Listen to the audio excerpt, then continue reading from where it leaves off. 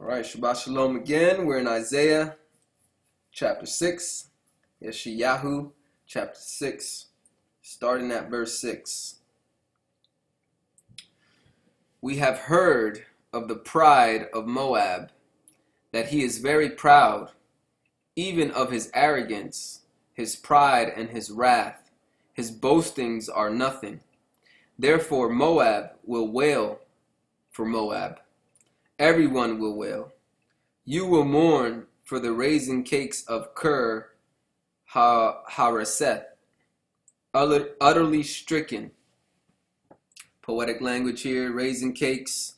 If you guys don't know, Song of Songs, the book of Song of Songs, or Song of Solomon, however people title it. Raisin cakes are a sign of intimacy. These are raisin cakes are romantic food, for lack of a better term, like grapes and raisin cakes. So I don't know if this passage is talking about the sustenance, from the good, from Yahuwah. I would have to look at Kir Hareseth real quick in the Hebrew. Let me see.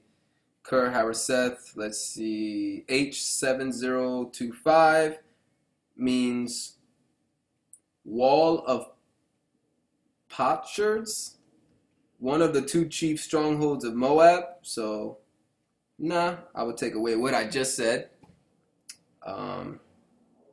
Maybe it's not the raisin cakes of Yahuwah, but the good things of this particular place of Moab. I don't know. Raisin cakes are a good thing, that's for sure. So they're going to want the raisin cakes from this particular place that comes from their own Moab. It's a city in Moab. So there was probably prosperity coming from here. Let's see. Jeremiah chapter 48 verse 20 says, Moab is disappointed, for it is broken down. Wail and cry. Tell it by the Arnon. The Moab is laid waste. Yeah, I don't know the history of Kir Hareseth, so I think if we were to study more about that word right there, H7025, and see what the Torah or the history books have to say about that, maybe it'll give us some more insight of what is there to mourn, what raisin cakes are from there. Could be agricultural, strictly agricultural. This place produced physically the agricultural raisins, and cakes were made from the raisins from this place. So maybe they had a good agricultural field and sustenance, and that's being taken away from Yahuwah. Could be that too. Verse 8, for the fields of Heshbon languish with the vine of Sibmah. The lords of the nations will have broken down its choice branches, which reached even to Jazer, which wandered into the wilderness. Its shoots were spread abroad. They passed over the sea. So I hear more agricultural stuff here. The fields of Heshbon languish with the vine of Sibmah.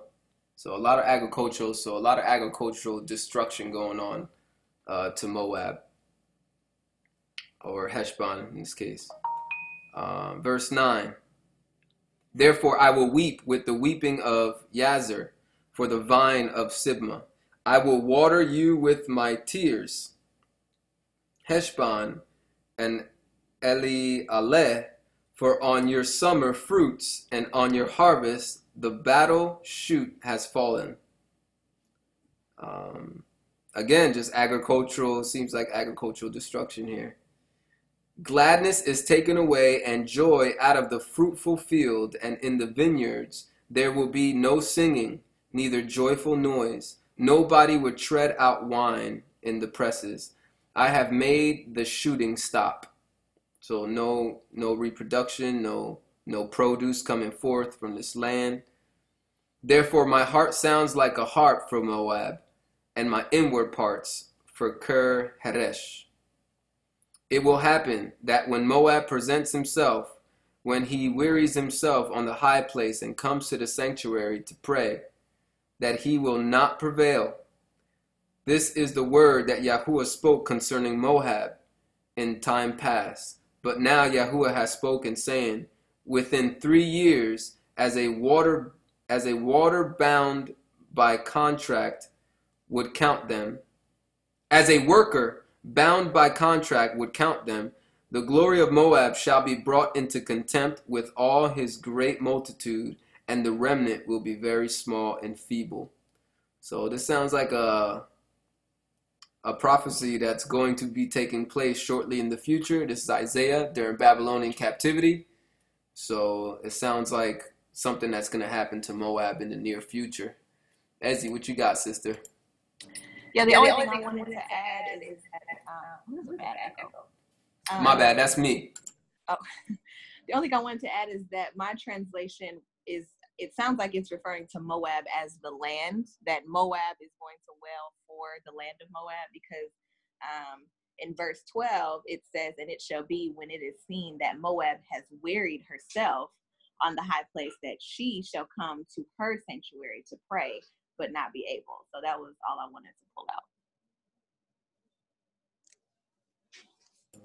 Praise y'all. Thank you, sister. Appreciate that. Jeff, what you got?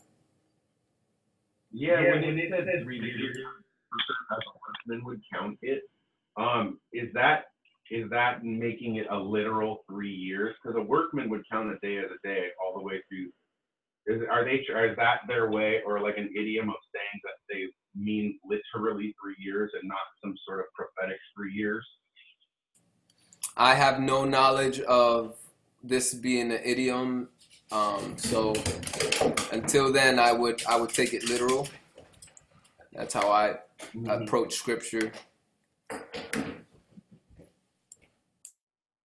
So that will require homework. You know, it requires somebody to bring maybe another scripture that would show that this is in reference to something that's happening prophetically in a different time other than 3 years from that point.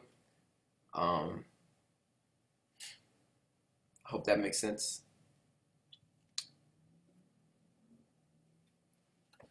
All right, I'm gonna end the recording here just for that.